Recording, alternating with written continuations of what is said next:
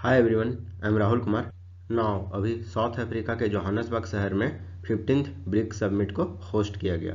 अभी जिस प्रकार से जियो पॉलिटिकल चेंजेस और जियो इकोनॉमिक डायनेमिक्स में पूरे वर्ल्ड में बना हुआ है, इस कारण से ये ब्रिक्स समिट है वो और भी ज़्यादा इम्पोर्टेंट हो जाता है। सिंस 2019 कोविड-19 पेंडेमिक के बाद से पहली बार ब्रिक्स समिट के लीडर फेस टू फेस सामने आए हैं।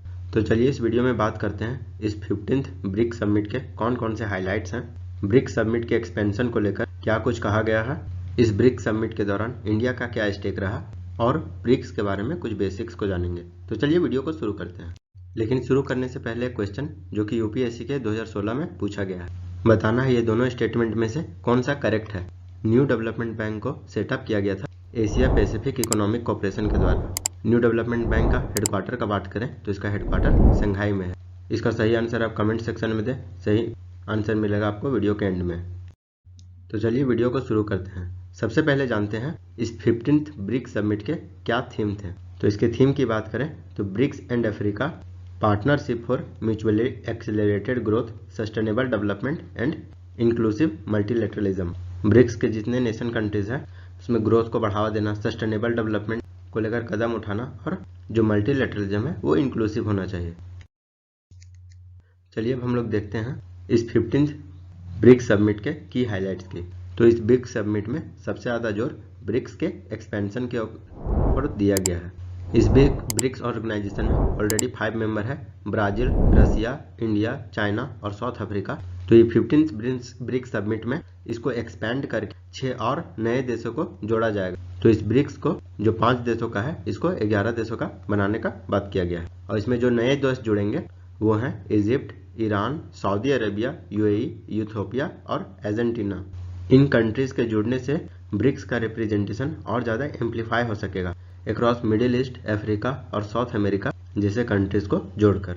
और ये जो 6 नए कंट्रीज है इनका फुल मेंबरशिप जनवरी 1 2024 में ऑफिशियली ये ब्रिक्स का मेंबर बन जाएंगे। ओरिजिनली ब्रिक्स ब्रिक हुआ करता था जिसका मेन फोकस 2 चीज़ों पर था, पहला लार्ज इकोनॉमी और दूसरा पोटेंशियल ग्रोथ रेट। वैसे कंट्रीज जो लार्ज इकोनॉमिक्स है और जिसका हाई पोटेंशियल ग्रोथ रेट है वही ब्रिक के मेंबर बन सकते थे। लेकिन यदि ब्रिक्स 11 बन जाता है तो ये ग्रुप लेस कोहेरेंट बन जाएगा, क्योंकि कुछ कंट्री ऐसे हैं अर्जेंटीना, इजिप्ट जो कि फाइनेंशियल क्राइसिस से जूझ रहे हैं, और कुछ कंट्री जैसे इंडिया और चाइना, रसिया, ये सब संपन्न देश हैं। चलिए अब हम लोग जानते हैं इंडिया का क्या स्टेक है इस ब्रिक्स समिट में। तो ये समिट इंडिया के लिए इम्पोर्टेंट रहा है। जो लद्दाख में क्लैशेस देखने को मिले थे near land of actual control के पास, India China military stand up हम लोगों को देखने को मिला था। उसके बाद इंडिया और चाइना के लीडर आपस में आमने सामने आए हैं और बायलैटरल टॉक्स किए हैं। और after bilateral talk prime minister of India और प्रेसिडेंट ऑफ चाइना दोनों नेशन एग्रीड हुए हैं कि ट्रूप का डिसएंगेजमेंट किया जाएगा और जो एलएसी पे टेंशन बना हुआ है उसको डीएस्केलेट किया जाएगा।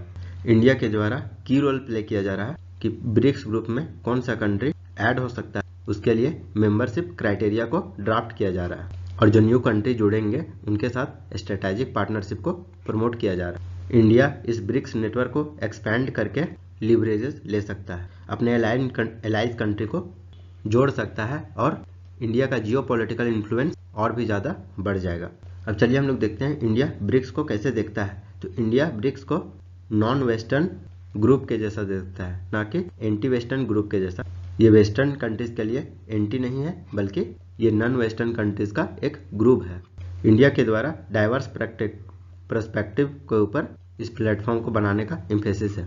इसमें इंडिया का एम है इंडिया चाइना और रसिया के साथ कोऑपरेशन को और ज़्यादा इन्हेंस करे for the leaders declaration. Prime minister of India Narendra Modi के द्वारा प्रपोज किया गया है कि एक ब्रिक्स स्पेस एक्सप्लोरेशन कंसोर्टियम को इस्टेब्लिश किया जाए, ताकि ब्रिक्स नेशन में भी स्पेस टेक्नोलॉजी और रिसर्च के फील्ड में और कोऑपरेशन एडवांस हो सके। इंडिया के द्वारा ब्रिक्स कोलैबोरेशन को इंटरनेशनल बिग कैट अलायंस के नाम से बताया जाता है। इंटरनेशनल बिग कैट अलायंस जो कि इंडेंजर्ड बिग कैट को प्रोटेक्ट करने का काम करेंगे that live in their countries।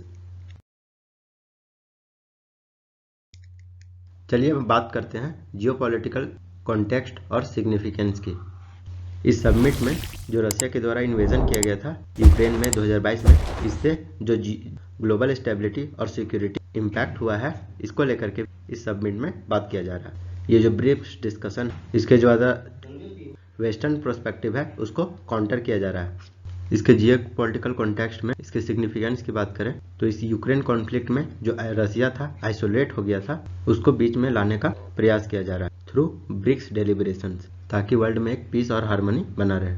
Next बात करते हैं यूनाइटेड नेशन रिफॉर्म की। तो इंडिया और अदर ब्रिक्स नेशंस के द्वारा यूनाइटेड नेशन में रिफॉर्म को लेकर कम्प्रिहेंसिवली सपोर्ट किया जाता है। यूनाइटेड नेशन सिक्योरिटी काउंसिल का बात करें या यूएन ऑर्गेनाइजेशन को किस प्रकार से ज्यादा डेमोक्रेटिक बनाए, इफेक्टिव और इफिशिएंट बनाए, इसको लेकर के भी इंडिया और ब्रिक्स मेंबर्स एग्री हुए।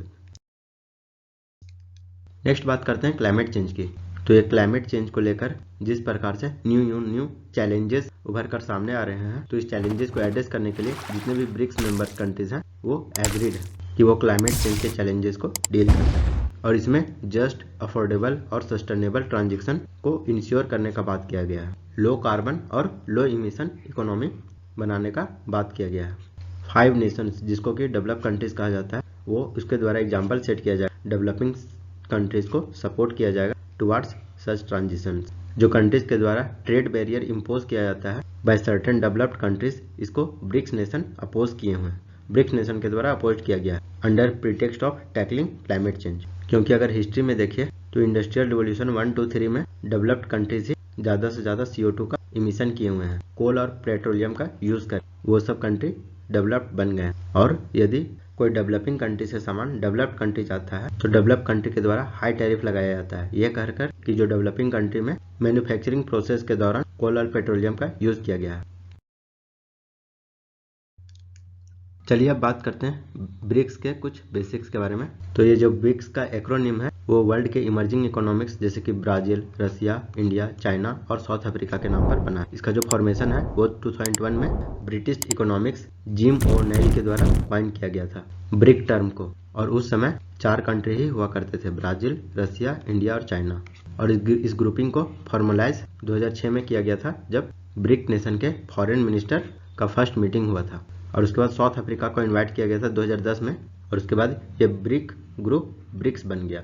ब्रिक्स नेशन के शेयर का बात करें तो दुनिया का 5 लार्जेस्ट डेवलपिंग कंट्रीज मिलकर ब्रिक्स का ग्रुप फॉर्मेशन किए, जिसमें कि रिप्रेजेंटेशन का बात करें तो ग्लोबल पॉपुलेशन का 41% ब्रिक्स नेशन में रहते हैं, और ब्रिक्स कंट्री के GDP का बात करें तो 24% ग्लोबल GDP और 16% ग्लोबल ट्रेड में कंट्रीब्यूट करते हैं।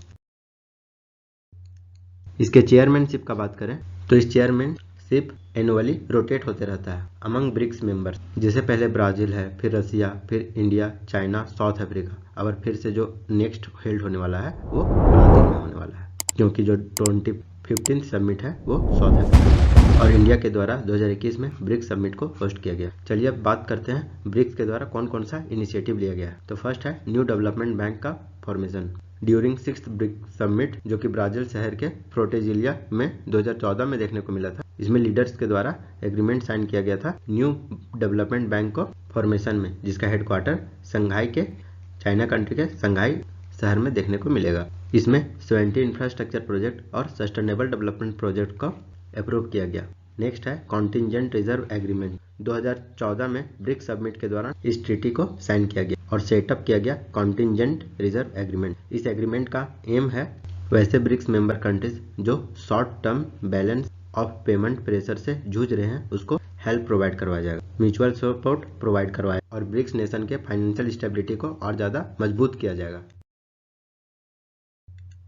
अगर ब्रिक्स नेशन में कस्टम एग्रीमेंट्स का बात, ब्रिक्स कंट्रीज के द्वारा कस्टम एग्रीमेंट्स को साइन किया गया है to coordinate and ease of trade transport between BRICS countries के द्वारा रिमोट सेंसिंग सैटेलाइट को भी लॉन्च किया गया। अगस्त 2021 में ये 5 स्पेस एजेंसीज मिलकर रिमोट सेंसिंग सैटेलाइट कॉन्स्टिलेशन को कोऑपरेशन करने का बात किया गया था, और ये जो कॉन्स्टिलेशन है वो 6 एग्जिस्टिंग सैटेलाइट का है, जिसमें कि ग्योफेन 6 और जियोन 302 को चाइना के द्वारा बनाया गया है।